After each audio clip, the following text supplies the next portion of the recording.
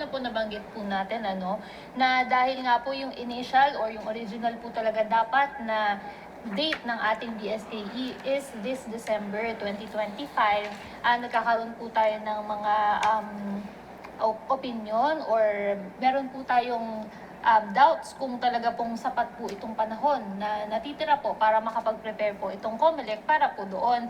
Pero ngayon nga po, nagkaroon po ng isang update ang ating COMELEC at nag-announce po sila that they will suspend the nationwide voter registration for the BSKE, which was initially scheduled po for July 1 to July 11, 2025.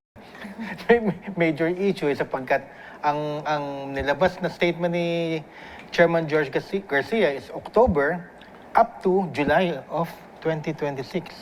Ibig sabihin, nilagpasan mo yung December 1, 2025 na BSKE, kaya marami talagang na-shock doon. Ano ba talaga ang alam ni COMELEC Chair?